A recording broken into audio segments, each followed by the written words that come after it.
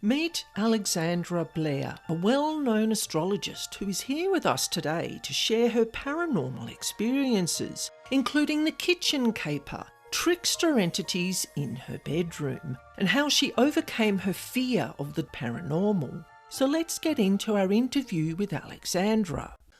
So welcome, Yeah, Alexandra. It's lovely to have you here today on Perfectly Paranormal.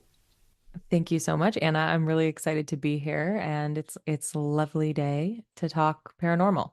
It is indeed. I had an astrology session with Alexandra and I was absolutely blown away. And we got on to the topic of talking about the paranormal. And I thought this would be a perfect chance for Alexandra to share some of her background, who she is, what she does, and how the paranormal sort of ties into your life. Yeah, it's a really interesting topic, and I'm excited to tease it out. It's been a lifelong journey, just as I'm sure it's been for you and your listeners. So, what would you like to share with us? What would be your first experience that you had that was the most memorable one that is sort of stuck in your mind to this day? Yeah, I think, I grew up in a very open and spiritual house. My dad was very agnostic, and my mom was a sort of witchy spiritual creature. And so they really encouraged all of my exploration. I've always been into spooky stuff, not scary stuff, but spooky stuff. There's such a fine line. So they encouraged me. I mean, I had like crystals and they let us play with spirit boards and stuff, just playing around. And yeah, it just was so, all of that was so normal and accessible to me. And I think my most foundational and sort of like a fond memory that I have looking back when I was really young, my sister and I would go sleep on the weekends at my grandma's house. And every weekend, we would wake up later than my grandma. She always woke up at like 5 a.m.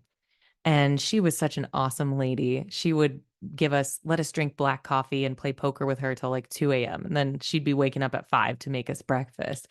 And so we could tell if she was awake because we could hear like the dishes out there in the living room or in her kitchen and her cooking for us.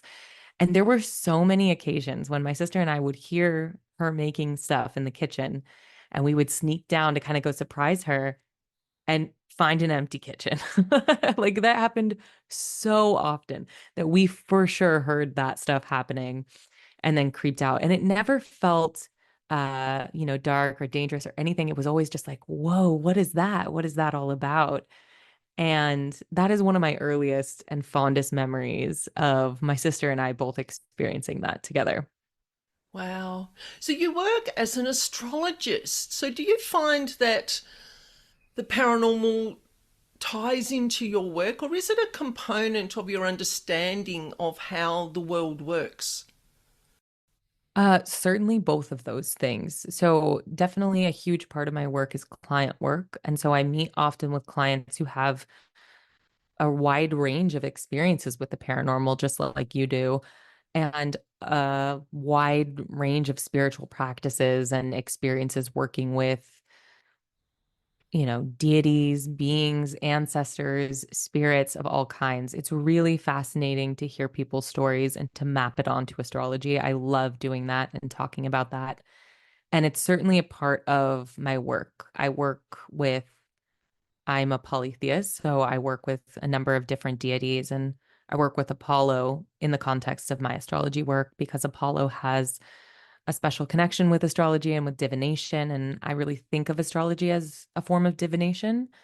And, we talked about that in our session, and you talked about your pendulum, which I'm still searching for my perfect one. But trust, I have not forgotten the conversation we had. I can't wait. I'll know it when I feel it, just like you have with yours. But yeah, I feel like the paranormal is really tied up in what I do, and it doesn't have to be. I certainly have clients who I meet with who are atheists or who are Catholics, but it feels inextricably tied up in it for me. Yeah, it does indeed. And people are quite often skeptical about the paranormal world around us. They don't believe in it unless they can see it, feel it, touch it. Well, it just doesn't work that way because it's energy. It's absolute energy.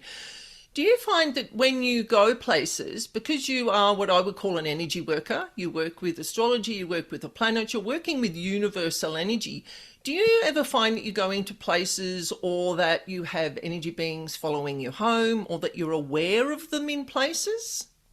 Yes, very much so.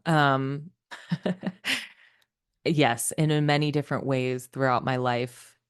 It, in the context you're asking about my work, I do. There has only been maybe once or twice, but once or twice I've hung up a session and had a headache, and I'm like, that's not right. There's something going on here, or I feel totally drained. Like we signed on and I had a client session earlier, and Anna asked, "Oh, are you just exhausted?" I'm like, "No, I love my clients. I love talking to people. It truly makes me so excited." And I always hang up my call feeling like I've had a mutual exchange of energy and I feel really excited and conversational and happy.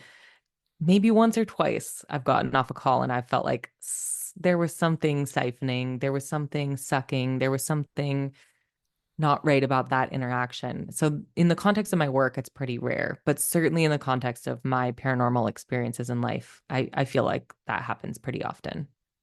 Because these beings observe us. What I find quite often, Hmm. if I'm talking to a client on the phone or on Zoom or even through an email, is that I'll have that sort of conversation with the person, and either while we're talking or afterwards, the energy of the room will change. Because I always say to people, observe without fear, because then you're not creating emotions, you're not getting Right. distracted by that energy, because you want to observe the energy. So you observe without fear. And I'm like, okay, there's someone here. And I find that the dark and especially the demonic beings, they will observe us all the time, no matter where you are and what you're doing. So I find that they make me feel quite heavy, they make me feel quite sort of a little bit confused or a bit distracted or a bit brain foggy. And if I just say to them, I'm being professionally employed to clear this home, then they go, well, nothing we can do about her. She's not coming in randomly, just doing it out of ego or out of spite or just interfering. They understand the rules. I find them really, really fascinating. Do you have Oh, any that's so answers? interesting, Anna. It is. It is. So if you find that you're a bit drained or you feel like there's something maybe in your home or you feel like you've got someone looking over your shoulder going, oh, she's interesting, we might hang around here for a while, what do you do to get them to leave? Do you have a statement or do you have a thought? What is your sort of process you might use if you want to share? You don't have to share if you don't Sure. want to. No, I'm totally happy to share. I don't think I have anything I'm unwilling to share. But I have a friend who, I was really struggling with that a couple of years ago, and I reached out to a friend, and we were talking about something totally unrelated. And she said, "Oh, I don't mess around with psychopomp or like engaging with spirit. I just tell them this is my house. Go find somebody else to mess." And she was so conversational and so top of the head that it just reminded me, and it just brought me into this place of like, okay, we here on this in this place, we have the power, right? And Yep. there are rules and there are terms. And it doesn't have to be some big fancy thing. It has to be the thing that conjures the feeling in my body of empowerment and of, conviction. And so I've had a lot of different little routines, but I really just do whatever feels like I can authentically summon up some courage with no fear and not feel corny and not feel too ceremonial. I have I have a sacred salt that I have cultivated. Every powerful witchy woman I have in my life who's ever sent me flowers and all my ancestors, like I put this all in this salt. And so I always have some. I walk around my house, I salt, I sweep, I burn rosemary, and I just say, "You're not welcome." Like it's really actually that simple. And that was such a revelation for me after so much fear in my life for so long around the paranormal. I was like, oh, I have power. That's right. I can just say, get out. Yeah, that's how it works. So I say to people that it's so, so simple that these dark beings that Hollywood has made out to be evil, malevolent entities that are going to throw you across the room and scratch you and all the rest of it, most of the time they're not. There are rebels. There are always rebel factions, even in the dark realm. that will misbehave and not follow the rules. But generally, Yeah. it's really simple. Like, I'll get my pendulum out and I'll go, oh my God, is this me? Am I wonky because I'm dehydrated, or am I hungry? I always do the debunking. I'm like, no, it's none of those things. And it'll still be here. They sort of hang around on my right side, like they're looking over my shoulder and they're really close. And I'll just say with my pendulum, okay, so do we have any dark beings here? And I usually get no. I usually get the high level, Yeah, high they're not going to ranking. out themselves. No, it's always the high ranking demonic beings because they hang around us energy workers because we Yeah. shine sort of a different way. And I'm not frightened of them. I work with them all the time. It's just like dealing with a tricky workmate. You just got to know how to, I don't want to say know how to handle them or how to manage the situation, really. So Yeah. it's really simple. Like you said, it's empowerment and it's intention. And I just say, look, I know you're here.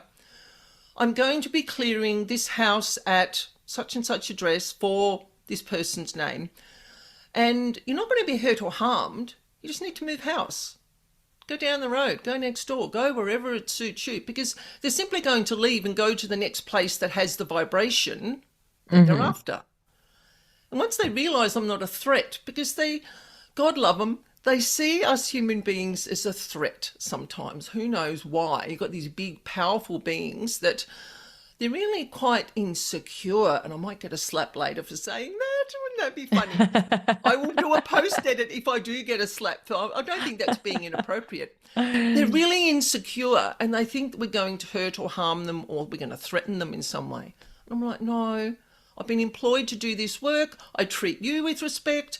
Please treat me with respect. And once they get that, they're like, poof, they're gone. And the room goes back to normal. And I'm like, oh, thank goodness, now my brain is going to function better. Because even though I've got, oh my goodness, since I've had all this magic attack over the last 3 years, I've got like 5 layers of protection around me. I can still feel their presence. I really, really can. So, what age, going back to childhood, because I'm always interested in people who are very aware of the paranormal. How did you sense the paranormal around yourself as a child? Did you see, hear, feel, know? What was your prime sort of sense? They call them the psychic senses. What was your prime sense, do you think, helped you to identify that it was something not rational? Yeah. When I was young, I really struggled. I had really bad sleep paralysis. And that's kind of like that was like the initiation, and it was the beginning and the end for quite some time because it was terrifying. I mean, I don't know if, if anyone has ever struggled with sleep paralysis. Essentially, your body is still asleep, but your mind and your eyeballs are awake. So your body is totally frozen. And I was kind of a scared kid anyway of scary media. I didn't consume that stuff because I knew it was scary and I just didn't like to think about it. Um, so I would be laying there and I would see people, spirits, visions, people talking to me, people outside my window, people inside my room, people trying to speak with me. Um, and it was like, my parents were again pretty supportive and validating. Like some of my spirits had names that they knew that I would see them. And it was it was such a intense series of experiences. I would say maybe from like, I mean, as little as I can remember up until maybe age 13 is when I started saying, I'm done with this. I'm turning this off inside my body. And that was that way for maybe, 15 years. I just was like, I don't want this anymore. It really came to kind of a head um when my sister and I started experiencing, I wouldn't say that it was a fully malevolent spirit. It was certainly a trickster spirit. And it wanted us to sleep in certain arrangements in the rooms. My sister and I were always switching rooms and switching beds and painting the rooms and moving around. And it was like whenever my sister would sleep in the room that we later, became my room, she would wake up with scratches. Like again, not very, very serious, not bleeding or anything like that, but very unexplained and very obvious scratches. Yep. And then when I would come back into the room, all this weird stuff would happen. Like for a couple weeks, I kept waking up with like pink stuff in my hair. We couldn't ever find what it was, but I would take a shower and just pink would run down.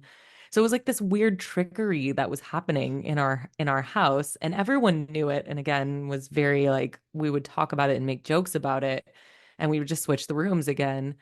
But those kinds of experiences growing up, I think just really set a foundation.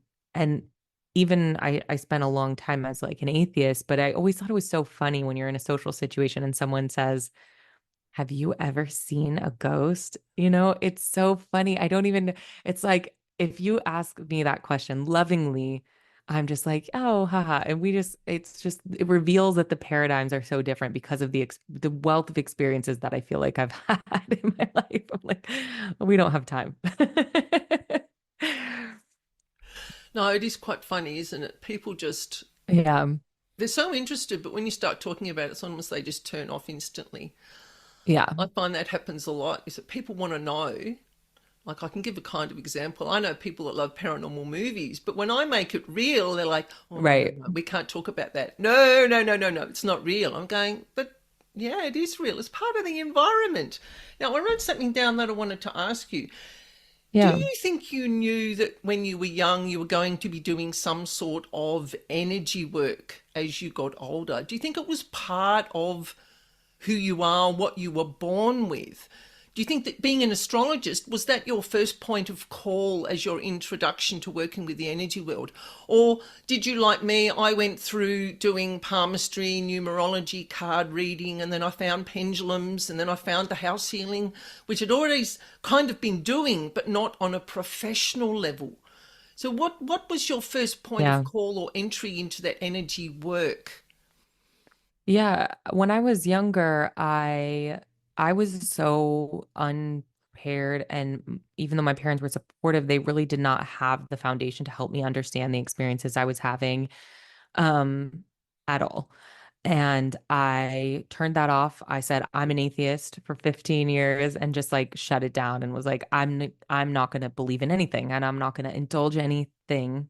Period. Of course, during that time, like to me, being an atheist doesn't mean you don't believe in ghosts or paranormal or beings or entities. I believed in all of those things and always have because of my experiences, but it just, Yep. I rationalized it in different ways. I was actually drawn to the energy work of acting. Like I really thought I wanted to be an actor and that I wanted to wear different energies all the time and mold and morph. I found that to be so, I think that's a form of energy work if you're doing it right. But no, it wasn't until I was a little older, maybe like 27 or 28, and I started coming back to this kind of paranormal experiences, working with energies, beings, deities, and that's when I started getting into astrology as well. And it was a long process, Anna, of um, well, it's kind of a long story that I can tell or gloss over. Of I actually experienced a dark attachment, and that is what basically made me wake up and realize that I needed to face my fear and get over it, frankly. Yeah, so with the dark attachment, it was really interesting because in my mom's house, she had moved into this house and it kind of had a weird energy when she moved in, but my stepdad is Native American and we have a lot of indigenous and Native American like healers in our lives. And so we had people come in and work on the energy and everyone thought, oh, it's feeling all right. But I stayed with her for a few months. And during that time I stayed, I always stay in a specific bedroom. And I just started to feel this really, really dark, like actually sinister. It started out a little teasing. I'm sure this is a story you hear all the time, but the more fear I felt, the more sinister it felt. And that's when I realized that something was going on because it was to the point where I was like washing my face and I could feel something behind me.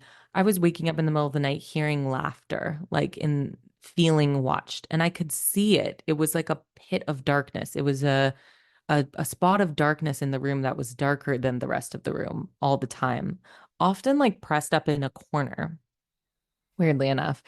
And I just thought, I need to get out of this house. 'Cause nobody else really, I didn't talk to anyone else about it. I didn't think about it. So I moved to a new apartment, but it followed me. And it was so intense and interesting because, again, I was like washing my face with my eyes open, couldn't, I was so scared and I was living alone. I I ended up reaching out to someone through the internet who did like an angel healing. They called Angel Michael, actually, which that was so interesting to experience that energy. That was beautiful energy. That healing did not fix my problem, but it was really beautiful. And I think about it all the time. Yep. I ended up having to work with another person who did like sacred geometry type healing, and that kind of worked. But in hindsight, to your point, pretty much all of that experience was an initiation into facing my fear. And it felt very related to Odin, which is a deity that I work with who's very into spooking people. So I probably should have known that that was coming for me. But it was so, it was took me on a 2 or 3 year long journey of facing my fear. And what I realized, Anna, is that the apartment I was living in, talk about the gauntlet of fear, had previously been a hospice facility run by nuns. And the place where I parked my car every day was the morgue of the old building. And the place where my apartment was the old Last Rites chapel. And I I was just like, I went from being so scared that I shut everything off to being so immersed in spirit beings in my bedroom, in my house all the time. I could see little footsteps under the door, like shadow footsteps. I could feel people in my house all the time. It was so crazy. And I didn't know this at the time. I had bought these candles that I just thought were beautiful, that were Santa Muerte candles. Like, so I was lighting these beacons at the same time as I was like salting everywhere every night and being like, hey, it's so sweet that you're here. You just go down the hall, like just somewhere else. And meanwhile, I was lighting these beacons every night saying, hey, come visit me. It was so intense. It's a confusing message, and we as humans don't understand how this works until we live it and we work out how it works, and then Yeah. we work out how to not get stuck in it. So the building that you were in was so full of emotional, what I call emotional imprints, the emotions that people would have created, the sadness, the Yeah. sorrow, the abandonment, the guilt, just the missing people. It would, and the trauma imprints of the death and the blood, because bloodshed creates a really big vibration that I found out quite recently. So when I clear homes, I look for trauma imprints and emotional imprints, because they're the two key things that the darker beings are Yeah. interested in. That's their food. It's what they feed off. So you take their food Totally. away, yeah, remove their food, and they're like, I'm going to have to go somewhere else now. And I'm like, bye bye, off you go, down the road, next door, wherever. You just have to Yeah. leave this property that I'm working on. But that is the key. You've experienced it, so you know how it works. Yeah, it was interesting because that dark attachment, I then went back and I asked everyone else who'd stayed in the room. So, like my Yep, sister, my ex-boyfriend, it's like, hey, did you? Every single one of them was like, that was the darkest time of my life. I had no joy. I couldn't experience joy. Nothing made me happy. I yep, was feeling like I was a husk of myself, every single one of them, but we just had never compared notes in that way. And it kind of hung around, right? So we cleansed me of the attachment, but there was something weird in that room still yep. until my mom replaced the fan. That was the last thing from the previous tenants. It was like a ceiling fan that was a child's ceiling fan. Okay. And that was when it went overnight from feeling it felt the darkest before the cleansing. Then we had the cleansing and it felt just a little still spooky, but it was like that imprint that you're talking Yep, about. And yep. then when we removed that fan, it felt like we were going from a home to an Airbnb. It was just there was no energy in the room at all. It was dead empty.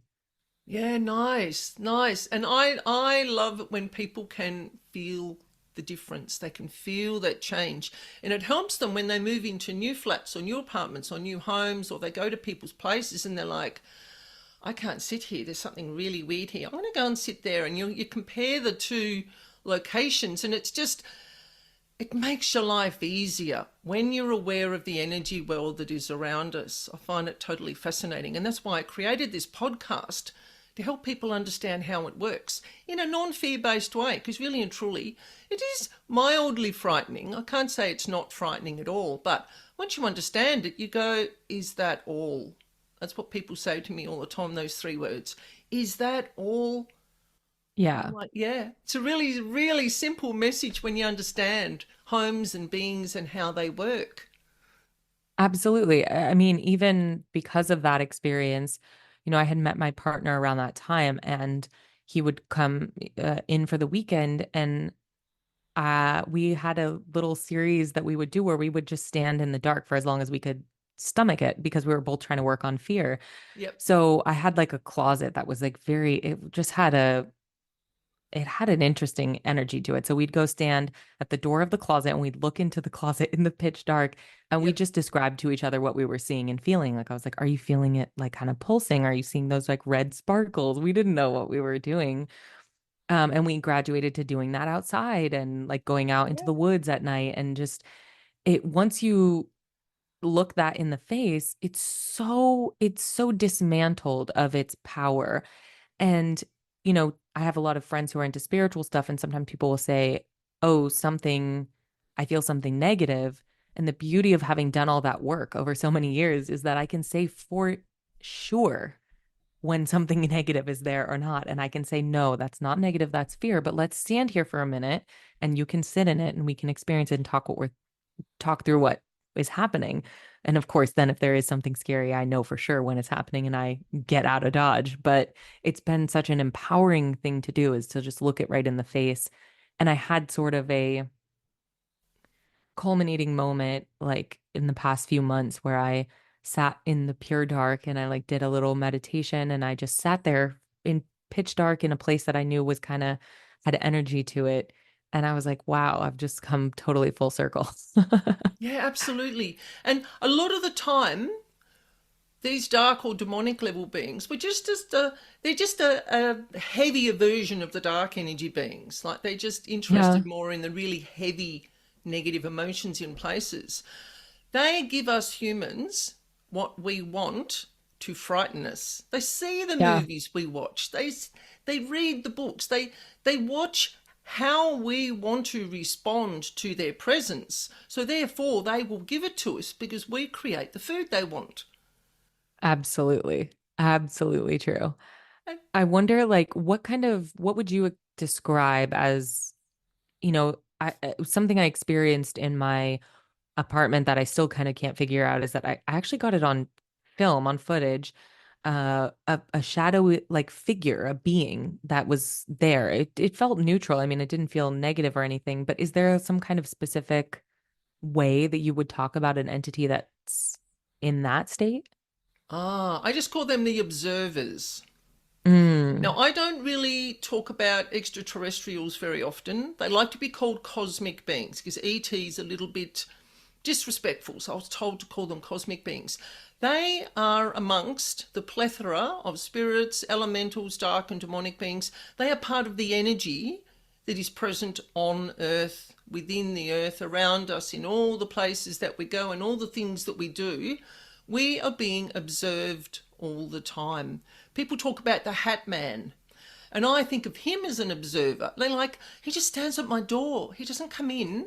I worked on a teenage girl's bedroom one day, and she'd wake up and she'd see this man in the door, and it wasn't her dad. She's like, he's just standing there. He's looking. I said, they're observing us. For whatever reason, they'd be watching teenage girls sleep. We just won't go down that path. But she said it just stood there. It wasn't malevolent. It didn't touch me. There was no scratching. There was no nightmares. There was no change in the energy of the room. It was simply observing. I think we are like mm, I cannot put it, we're like a school or a place, and we're an experiment. Earth is an experiment for yeah. all of the energy beings that are around us, all the Pleiadians and all of the energy beings that are around us, even the angelic beings. They're observing us all the time. And one thing I've learned through this magic attack, people go, oh, love and light, the archangels will look after us. It's a whole heap of rubbish. They will not look after you unless you ask them to help. It's what I learned through my experiences is that if I can craft a statement, a protection statement, or just something to help, like a process, and then I ask Archangel Michael to activate it, because I can't activate it. I don't have that higher vibrational power Yeah. to fight against something that is attacking me, that is being sent by other humans who are using other vibrational beings. So I work with Archangel Michael all the time, and I will craft a statement, and then I'll work on the words and the words and the words and get it right, refine it, and then you can ask that energy to help you activate it. So it's knowing how it all works. And the dark beings are always watching us because they know that this person who's living in sadness and torment and fear is just going to continuously create those emotions that they'll hang around to feed off. And I'll always say to people, the work I do when I do energy clearings for them, whether it be a home or whether it's specifically personal clearings, I can clear the baggage that you've created. But you need to see your doctor and your mental health worker to work Yeah. on the memories, to work on the feelings that you have around a situation. So I can help, and then you work on it and you move away from it and you not solve it, but you come to terms with the Engage trauma with that you've it. experienced. Yeah. And once you come to terms with it, the beings go, oh, well, she's not going to create sadness and fear and whatever. I'm going to go down the road to Joe Bloggs. He's doing all that. So they just move around in the environment. So these people or these beings that you were seeing or feeling or hearing, they can be all different levels of entities. You'll find this interesting. This happened to me in the last week. I'm not going to share names because they haven't given me permission to share their names. But I've been working with defending against voodoo and hoodoo and sorcery and magic from an outsider's perspective. I know nothing about any of the practices, nothing at all, other than what I've recently watched on YouTube or read online. I'm going to sleep one night, and sometimes when I shut my eyes, inside my eyelids, I will see people's faces. Like I'll get a flash of a person's Mm-hmm. face. Now I'm going to sleep one night and I see this lady's face, and she sort of looks up at me, gives me a smile, disappears. And then I see this skeleton man. Now it wasn't frightening. It was the being was showing itself to me as a way of helping me with a problem I've got at the moment that I'm working on for someone else. And I'm like, wow, they find ways to present themselves, because I've been so bamboozled with all this magic and stuff that's been going on that Yep. this being may not have been able to get through until I was in that very moment of had my eyes shut, ready to go to sleep. And then I saw the flash of the image, and I wasn't frightened because I observe without fear. And I went, okay, that image I saw is not something from a movie I watched that night, not something I'd read or seen online. So it's not like it was already sort of positioned in my brain to have a dream about, you know. Sometimes we dream about things we've watched just before we go to bed. I find that happens to me a Mm-hmm. lot. This was totally random, and I'm like, wow. So here I am getting online on the internet, trying to work out, you know, who is this being? And I went, oh, now that's really interesting. So these entities watch us. These are all different types of beings: cosmic, magic, sorcery, voodoo, hoodoo, angelic beings, elementals. They're around us all the time, and they're just watching, waiting for that moment sometimes just to step in and give us a hand. Absolutely. I've definitely found that to be true. I think your point about not being constantly observed is so important for, I live in America, which is sort of has like a Christian paradigm. And so people kind of come from one of two backgrounds. They either expect that gods, beings, entities, deities are paying attention to everything they do and can read their thoughts, which is just not accurate. Or they kind of like have rejected that and I have a lot of polytheist friends who don't even pray. And I'm like, okay, well, there's got to be a middle ground. Like you can pray Yep. to a being or call it in or do some fabulous amazing ritual like you have, craft an incredible statement and bring them in on it. um but there's you have to ask, and then Yes. there's like a weird Yes. judgment and sort of like a guilt that people have about asking too, which needs to be dismantled. But if you ask, I have found that they're so responsive. Like a friend and I, when I found out I was pregnant with my son, my grandma appeared to me in that state. I had just woken up, but I was still had my eyes closed, and it was her face so clear, and she showed me a star, a Venus, and I was Oh, like, oh my gosh, I'm pregnant. I mean, I just immediately knew. Yeah, it was really sweet, and I thought, oh, Venus means it's a girl. lo and behold, 10 months later, I find out it's because my son is a Libra rising ruled by Venus and Venus in the first house, which means that Venus is very astrologically important to him. So it was beautiful foreshadowing from her. But so my friend and I were doing we try to do a spirit board over the Samhain holiday, and we called in my grandma. And it was just so interesting because it was such a reminder. I had been sitting here for months going, I wish I could talk to my grandma. Like, I miss my grandma. I love her. I would love to experience something. I wish she'll visit me in a dream. And I'm like, literally, all I have to do is ask her to come. All I have to do is summon her here to ask her to come talk to me.